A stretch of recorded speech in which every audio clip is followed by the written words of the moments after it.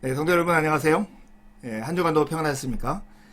오늘 재미솔솔 의미 팍팍 수요성역 공부 10번째 시간, 요한복음 2장 13절에서 22절 허물라 내가 일으키리라 한 주제로 함께 말씀을 나눕시다. 요한복음 2장에서 4장에 있는 내용은 새로운 시대가 도래했다 하는 것과 이로 인해서 우리가 새로운 관계를 맺게 되었다 하는 내용을 담고 있습니다. 옛 시대는 가고 새로운 시대가 도래했다는 소식과 하나님과의 새로운 관계 속으로 우리가 이제 들어가게 되었다 하는 것이 복된 소식으로 우리에게 전해집니다. 예수님으로 말미암아 온 새로운 시대, 그 시대가 어떤 시대일까요? 하나님 나라의 왕으로서 오신 예수님 한 분으로 인해서 이제는 비움에서 체험으로, 결핍에서 부여로, 목마름이 해갈로, 어둠이 빛으로, 슬픔이 기쁨으로 바뀌는 시대가 우리에게 왔고 우리가 그 시대 가운데 하나님과 새로운 관계를 맺게 되었다는 것입니다. 지난주 우리는 요한복음 2장 1절에 11절 말씀을 가지고 가나의 혼인잔치에서 물을 포도주로 변하신 주님의 첫 번째 표적을 함께 나누었습니다. 영국 케임브리지 대학에서 이런 시험 문제가 있었다고 합니다. 가나 혼인잔치에서 예수님이 물을 포도주로 바꾸신 기적이 내포하는 영적 의미는 무엇인가? 그 시험장에 영국의 유명한 시인 바이런이 있었는데요. 그 시인이 이렇게 답했다고 그래요. 물이 그 주인을 만나자 얼굴이 붉어졌다. 물이 그 주인을 만나자 얼굴이 붉어졌다. 정말 시인다운 멋진 표현이죠. 하지만 이 표현만으로 예수님이 행하신 첫 번째 표적을 다 설명할 수 없습니다. 오히려 물이 포도주로 된 이 표적은 새로운 언약관계의 길이 우리에게 열렸음을 우리에게 보여주는 것입니다. 새로운 시대가 도래했다고 알려주는 사건이고 안식의 시대가 우리에게 찾아왔다라고 하는 신호와 같은 것이 가나의 혼인잔치 물을 포도주로 변한 예수님의 표적이었던 것입니다. 네, 오늘 우리가 함께 나눌 말씀은 6월절에 예루살렘 성전을 배경으로 이루어진 사건입니다. 보통 우리가 성전 정화 사건 혹시는 성전 청결 사건이라고 불리는 것이죠. 유대인들에게는 이 성전은 그들의 신앙과 종교, 소망과 존재의 중심이었습니다. 마가복음 13장 1절에 보면 예수께서 성전에서 나가실 때에 제자 중 하나가 이르되 선생님이여 보소서 이 돌들이 어떠하며 이 건물들이 어떠하니까 이렇게 말을 해요. 실제로 예루살렘 성전은 이 헤롯 성전이라고 불려지는 이 성전은 매우 컸고 흰색 대리석으로 있어서 정말로 아름답고 웅장했다고 합니다. 특별히 이때가 6월절이었으니까 6월달에는 평상시 예루살렘 시민인 15만 명보다 더 많은 순례객들이 모여서 적게는 30만 명, 많게는 한 50만 명이 이 축제 기간 동안에 예루살렘에 있었다고 그래요. 보통 6월절은 3월 말에서 4월 초 정도, 니산월 14일을 가리키는데요. 430년 동안 애굽에서 종살이하던 이스라엘 백성들을 하나님이 구원하신 것을 기념하는 절기였던 것이죠. 근데 이 화려한 성전에서 그들이 기쁨으로 지키는 6월절에 누군가 이렇게 말했다고 생각해 보세요. 성전의 수명은 다했습니다. 하나님은 더는 성전에 임재하지 않고 여기서 드리는 제사를 받지 않으십니다. 이렇게 말했다면 어떤 일이 일어났을까요? 근데 오늘 예수님께서 이것을 말하실 뿐만 아니라 행동으로 이 메시지를 전하고 있는 것입니다. 요한복음 2장 12절 13절은 6월절에 예루살렘에서 이 사건이 일어났다는 배경을 우리에게 소개합니다. 함께 말씀을 읽어볼까요? 그 후에 예수께서 그의 어머니와 형제들과 제자들과 함께 가버나움으로 내려가셨으나 거기에 여러 날 계시지는 아니하시니라. 유대인의 6월절이 가까운지라 예수께서 예루살렘으로 올라가셨더니 이렇게 말씀합니다. 이 사건은 유대인의 6월절에 있었던 사건입니다. 그리고 예루살렘에서 있었던 사건이죠. 때는 6월절이고 장소는 예루살렘이었습니다. 복음서를 조금 읽어보신 분들은 이 본문을 보면서 이런 질문을 했을지 몰라요. 이 성전 청결 사건이 왜 복음서 앞에 있지? 하는 질문 말이에요. 맞아요.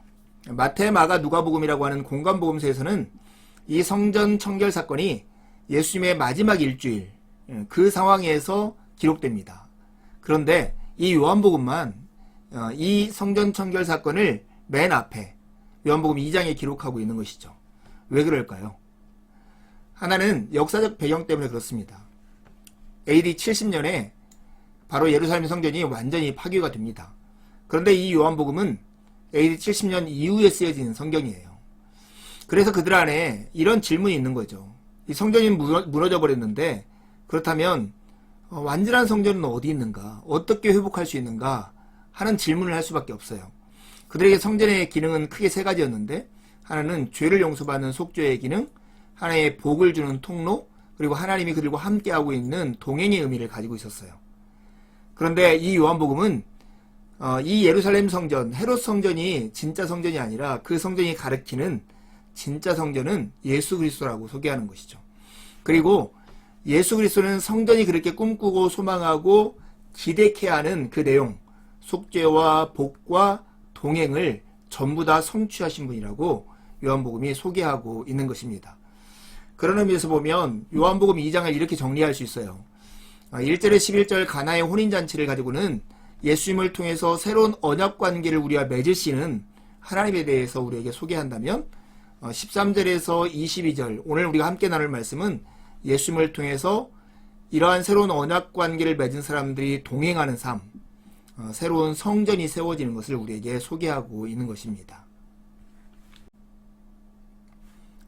오늘 이 사건이 예루살렘에서 일어났을 뿐만 아니라 6월절에 일어난 사건입니다. 6월절은 음력으로 니산월 14일에 이루어지는 건데요. 우리로 하면 3월 말이나 4월 초 정도에 해당하는 때입니다.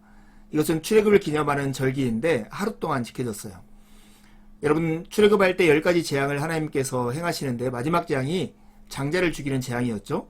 그때 이스라엘 백성들이 장자들이 죽지 않았던 이유가 무엇이에요? 하나님의 명령에 따라서 어린 양을 잡아 그 피를 인방과 설주에 발랐을 때 죽음의 천사가 그 집을 건너갔죠. 유월했던 것입니다. 패스 오버했던 거죠. 그래서 출애굽의 구원을 기념하는 절기가 6월절이었어요. 근데 6월절은 늘 무교절과 함께 지켰어요. 6월절은 하루이고 무교절은 6월절 다음 날부터 일주일 동안 지키는 절기인데 이때는 누룩이 없는 빵, 무교, 이것을 먹는 절기여서 바로 무교절이라고 불렀습니다. 여러분, 그런데 오늘 이 본문에서 보면 이 6월절을 뭐라고 부르냐면 유대인의 6월절이라고 그래요. 예, 요한복음에서 유대인이라고 하는 표현은 되게 부정적인 요소를 가지고 있어요. 바로 메시아 예수님을 영접하지 않는 믿음 없는 이스라엘 사람들을 가리킬 때 유대인이라고 말했어요. 이 유대인의 6월절이라고 하는 것은 지금 요한 사도가 이 6월절의 절기를 좀 부정적으로 보는 것이죠. 너희들 유대인들만의 6월절 이렇게 말을 하는 거예요. 그것은 우리로 하여금 새로운 6월절에 대한 소망을 갖게 하는 거예요. 예수님이 가져올 6월절, 모든 사람을 위한 6월절을 소망하게 만들죠. 세례요한이 예수님에 대해서 어떻게 증거했던가 기억나세요? 예, 세상 죄를 지고 가는 하나님의 어린 양, 이렇게 고백했죠. 예수님이 친히 6월절에 어린 양이 되시고 자신을 구세주로 영접한 모든 이를 죄에서 건지시는 새로운 출애굽을 일으키겠다 하는 소망을 이 말에서 암시적으로 우리에게 표현해 주는 것입니다. 네, 구원의 목적은 하나님과 함께 거하는 것입니다. 하나님을 사랑하고 이웃을 사랑하는 사랑의 온전한 관계 가운데 들어가는 것이 구원의 목적인 것이죠. 이러한 목적을 잘 보여주는 게 출애굽기예요. 여러분, 출애굽기 1장에서 18장은 그야말로 이집트로부터 종살이하던 이스라엘 백성들이 해방되는 출애굽 사건을 기록하고 있습니다. 하지만 여러분, 이것이 하나님의 궁극적인 목적이 아니었어요. 그 이후에 무슨 사건이 있었습니까? 19장에서 24장에 보면 율법을 수여하고 이스라엘 백성들과 하나님 사이에 언약을 맺는 언약식이 있죠. 하지만 이것도 목적이 아니었어요. 궁극적인 목적은 무엇이냐면 25장부터 40장에 나오는 하나님이 그들 가운데 거하시기 위해서 성막을 짓는 그 장면이 나타납니다. 마치 우리 결혼식으로 하면 한 사람을 택하고 결혼식을 한 다음에 신방을 꾸미는 그것과 비슷한 것이 출애굽기의 내용입니다. 이것을 잊으면 우리가 헛된 곳에서 우리의 행복과 안전과 기쁨을 추구하게 되어 있습니다. 이스라엘 백성들이 계속 실패했던 거예요. 그래서 바벨론의 포로 갔다가 돌아온 다음에도 정신을 차리지 못하는 상태에서 그들은 지금까지 예수님 당시까지 마치 식민지 지배를 받고 있었던 것입니다. 예수님은 이렇게 깨어진 언약, 무너진 성전, 그리고 샬롬과 안식을 회복하기 위해서 이 땅에 오셨습니다. 요한복음 1장에 보면 좀 특이한 장면이 나오는데요. 예수님이 태어난다는 것을 얘기하면서 예수님의 이름을 이렇게 얘기해요. 요셉에게 천사가 이렇게 말하는 거죠. 아들을 낳을 것인데 그 이름을 예수라 하라. 이는 그가 자기 백성을 그들의 죄에서 구원할 자이심이라 하니라. 예수님의 이름을 예수라 하라. 죄에서 구원할 자 이렇게 말을 해요. 근데 이렇게 짓는 근거를 23절에는 이렇게 말합니다. 보라 처녀가 잉태하여 아들을 낳을 것이요 그의 이름을 임마누엘이라 하리라. 이를 번역한즉 하나님이 우리와 함께 계시다 함이라 이거예요. 예, 임마누엘이라 하리라는 말씀을 응하게 하기 위해서 예수라 지으라 이렇게 두는 것이죠. 좀 어색하죠. 그렇지만 이 구원의 목적을 생각해 보면 충분히 이해할 수 있습니다. 하나님이 우리와 함께 계시기 위해서 우리를 죄에서 구원하기 위해서 이 땅에 오셨다는 겁니다. 이제 요한복음 2장 14절에 17절 성전에서 장사를 금하신 예수님의 사건을 함께 나눠보겠습니다. 먼저 말씀을 읽을까요? 성전 안에서 소와 양과 비둘기 파는 사람들과 돈 바꾸는 사람들이 앉아있는 것을 보시고 노끈으로 채찍을 만드사 양이나 소를 다 성전에서 내쫓으시고 돈 바꾸는 사람들의 돈을 쏟으시며 상을 엎으시고 비둘기 파는 사람들에게 이르시되 이것을 여기서 가져가라. 내 아버지의 집으로 장사하는 집을 만들지 말라 하시니 제 아들이 성경 말씀에 주의 전을 사모하는 열심히 나를 삼키리라 한 것을 기억하더라. 여러분 예수님께서 성전에 들어가셨더니 소, 양, 비둘기 파는 사람들이 있었고요. 돈을 바꾸는 사람들이 앉아있는 것을 보신 거예요. 그러자 예수님이 노끈으로 채찍을 만드시는데 다른 복음서에서는 이렇게 구체적인 묘사가 없는데 요한복음에만 이런 묘사가 있습니다. 그리고 양과 소를 다 성전에서 쫓아내고 돈 바꾸는 사람들의 상을 엎어버리고 그리고 비둘기 파는 사람들도 여기서 가져가라고 얘기합니다. 그러면서 이 성전을 예수님이 뭐라고 표현하냐면 내 아버지의 집이라고 해요. 근데 지금 어떻게 됐냐면 이런 집이 장사하는 집이 되었다고 하는 거예요. 근데 제자들이 이것을 보니까 어떤 모습으로 보이냐면 주의 전을 사모하는 이 열심 때문에 자기가 삼킴 받는 이 위험한 장면처럼 보이는 거예요. 이게 바로 14절에서 17절까지 있는 말씀입니다. 오늘 본문에서는 성전에서 장사를 금하신 예수님의 이야기가 나오잖아요. 여러분, 이 성전에 제사를 금하시는 사건이 사실은 굉장히 큰 사건이죠. 왜냐하면 요세푸스의 증언에 따르면 AD 66년에 6월절에 사용된 희생제물의 양이 이렇게 많았다고 그래요. 25만 5,600마리. 굉장히 많은 양이죠. 성전 안에는 세 가지 뜰이 있었어요. 이게 이제 이방인의 뜰인데요. 성전 좌우편에 있었습니다. 이방인들은 그들이 하나님께 나아오려고 해도 여기까지만 나올 수 있었습니다. 그리고 1.5m의 계단을 올라가면 그 안으로 여인들의 뜰이 있었어요. 그리고 그 안쪽으로 보면 이스라엘의 뜰, 이스라엘 유대인 남자들이 들어갈 수 있는 그 공간이 있었던 거예요. 그래서 이렇게 계획되는 데서 지금 가장 넓은 장사를 할 만한 공간은 어디냐면 이 바로 이방인의 뜰이었고 아마 이 솔로몬 행각 근처에 장터가 이루어졌을 거다 짐작할 수 있겠죠. 그런데 왜 이방인들 뜰 안에 성전 시장을 만들어야 했었을까요? 그 당시 디아스포라 다 흩어져 있던 유대인들이 하나님께 희생 제물을 드리기 위해서 오려면 자기의 양과 소를 끌고 올 수 없잖아요. 돈으로 가져와서 그것을 제물을 사서 바치는 방법밖에 없었는데 그 당시 우리로 하면 국회같이 사내들인이 주관하는 4개의 시장이 감람산 지역에 있었어요. 근데 이 감람산이 조금 멀잖아요. 아무래도 멀으니까 가까운 데 시장이 있으면 사람들이 편리하겠죠. 이것을 노렸던 대제사장 가야바가 이 돈벌이를 위해서 여기다가 시장을 열도록 만들고 많은 돈을 벌어들인 거예요. 그뿐만 아니라 이들은 희생제물뿐만 아니라 그 성전세도 올 때마다 내야 했거든요. 성전세라고 하는 것은 반세계를 내야 했는데 은으로 하면 한 5.7g 정도 되는 거예요. 한 돈 반 정도 되겠죠. 그런데 그들이 환전해야 할 이유가 뭐냐면 로마의 그 은전 같은 경우는 다 로마 황제의 얼굴이 그려져 있는 거예요. 그래서 하나님께 드릴 수 없으니까 히브리 세겔과 아주 비슷한 동전이 두로의 은화였거든요. 그래서 그걸로 받쳐서 성전세를 냈습니다. 여러분, 이렇게 시장에 자릿세를 받고 환전해 주면서 환전 수수료를 받으면 성전은, 특히 대제사장은 엄청난 갑부가 되었겠죠. 잃어버린 건 뭘까요? 이방인들이 와서 기도할 만한 공간을 잃어버린 거예요. 이방인의 뜰을 시장으로 만든 바람에 이방인들이 마음 편히 기도할 수 있는 곳이 사라져버렸고, 기도 소리 대신에 흥정 소리가 가득한 곳이 되어버렸던 것입니다. 그래서 만민이 기도하는 집이 이 강도의 소굴이 되어버렸고, 예수님 표현대로 하면 내 아버지 집이 장사하는 집이 되어버린 형국이 된 것입니다. 성전에서의 예수님의 행동은 매우 위험한 행동이었어요. 그래서 예수님의 제자들은 예수님의 행동을 보면서 시편 69편 9절 말씀이 떠올렸던 것 같아요. 주님의 집에 쏟은 내 열정이 내 안에서 불처럼 타고 있습니다. 그러나 주님을 모욕하는 자들의 모욕이 나에게로 쏟아집니다. 예수님의 행동을 보면 동사에 내쫓다, 돈을 쏟다, 상을 얻다, 이런 표현들이 계속 쓰여지고 있죠.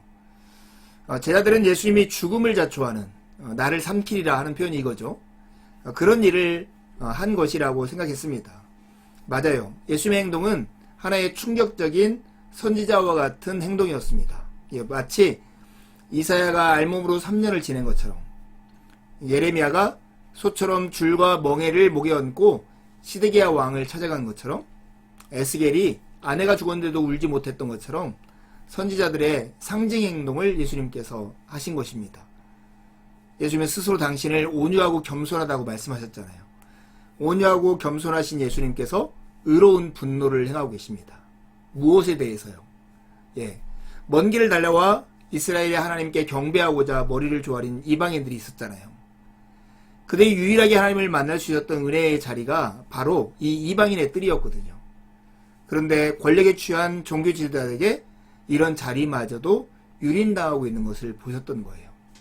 어쩌면 예수님은 동물의 오물 냄새보다 더 역겨운 제사장들의 탐욕 냄새를 맡고 계셨는지 모르겠습니다. 예수님이 이런 꿈을 우리에게 제시하죠. 스가랴 14장 21절에 보면 예루살렘과 유대에 있는 모든 솥도 만군의 주님께 거룩하게 바친 것이 되어 제사를 드리는 사람들이 와서 그 솥에 제물 고기를 삶을 것이다. 그날이 오면 만군의 주님의 성전 안에 다시는 상인들이 없을 것이다. 이 말씀이 예수 그리스도 안에서 성취될 것입니다. 카즈 뭉크라고 하는 덴마크 목사님이 계십니다. 히틀러에 저항하다가 순교한 목사님이신데요. 그분이 이런 얘기를 했습니다. 교회 역사 속에서 기독교인들은 사자, 어린 양, 비둘기, 물고기였지 카멜레온이었던 적은 없다. 이랬다 저랬다 상황에 따라서 변색하는 변색동물이 아니었다는 거죠. 교회가 잃어버린 한 가지, 왜 이렇게 교회가 타락하고 악의 세력과 연합하고 연대하는가, 이거에 대한 진단으로서 뭉크 목사님이 제시한 게 홀리 레이지, 거룩한 분노를 잃어버렸기 때문이다 하는 것입니다. 오늘 우리 시대 그리스도인들, 믿는 자들이 하나님의 뜻대로 벗어나는 행동과 삶에 대해서, 그리고 사회에 대해서, 세상에 대해서 이런 거룩한 분노를 가지고 있는가, 우리 스스로에게 자문해 봐야 하지 않겠습니까?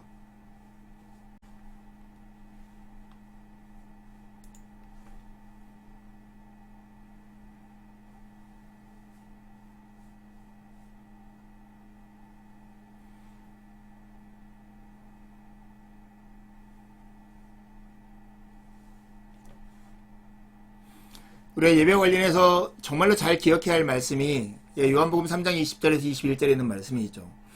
하나님이 기뻐하시는 예배가 무엇일까요? 그것은 예루살렘 성전 안에서 드리는 제사가 아니라 바로 영과 진리, 바로 예수님 안에서 드리는 예배입니다. 그렇다면 우리가 이런 질문하게 되죠. 이런 예배가 어떻게 회복될 수 있을까요? 바로 14절에 17절이 예루살렘 성전 안에 드리는 제사가 궁극적인 목적이 아니라고 말했다면 18절에서 22절은 이것에 대한 신학적 해설과 같은 말씀입니다.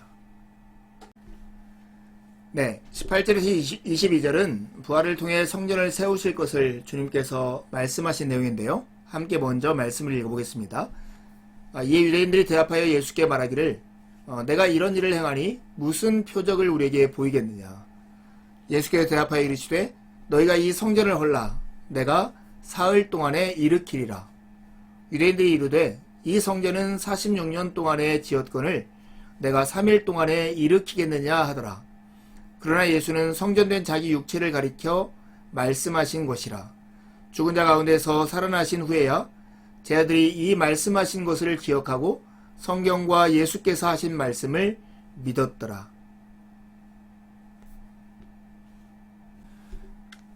여기서 유대인들은 아마 성전 관리인들, 성전 책임자들이었을 거예요. 그들이 예수님께 이런 얘기를 하는 거죠. 너 뭐야? 너 뭐야? 넌 뭐야? 선지자라면 증명서를 내보여봐. 이런 뜻으로 예수님한테 이 얘기를 합니다. 그러자 예수님께서 너희가 이 성전을 헐어라. 그러면 내가 사흘 동안에 지을게. 이렇게 말씀합니다.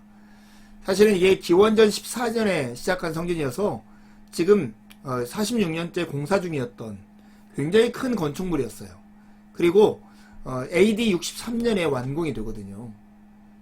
이런 성전을 헐면 사흘 만에 짓겠다고 하니까 믿어지겠습니까? 그런데 또 이런 말을 한 분이 갈릴리 목수 출신이잖아요. 건축가란 말이에요. 그렇기 때문에 이런 말들이 아마 이 사람들에게 이런 질문을 일으켰던 것 같아요. 여러분, 예루살렘 성전은 AD 63년에 완공되는데 70년에 완전히 파괴가 되고 맙니다. 예수님은 도대체 무슨 말씀을 하고 계시는 걸까요? 이 성전을 헐라 내가 사흘 동안에 일으키리라. 갈릴리 목수의 이 말을 우리는 어떻게 이해해야 할까요? 여기서 유대인들은 지금 예수님이 행동을 통해서 제기한 문제의 본질, 진짜 성전이 무엇인가 하는 것은 보지 않고 예수님의 행동이 일으킨 마치 성전 제사를 하지 못하도록 방해한 이 불편함만을 문제 삼고 있습니다. 여러분, 우리가 말싸움하거나 토론할 때 보면 문제의 본질보다는 이 사소한 감정이나 태도 때문에 토론이나 대화가 끊기는 경우를 자주 보지 않습니까? 여러분은 어떠세요? 문제의 본질을 놓치지 않고 계세요? 아니면 여러분이 느끼는 사소한 불편함 때문에 문제의 본질을 호도하고 있습니까? 무엇이 중요한디?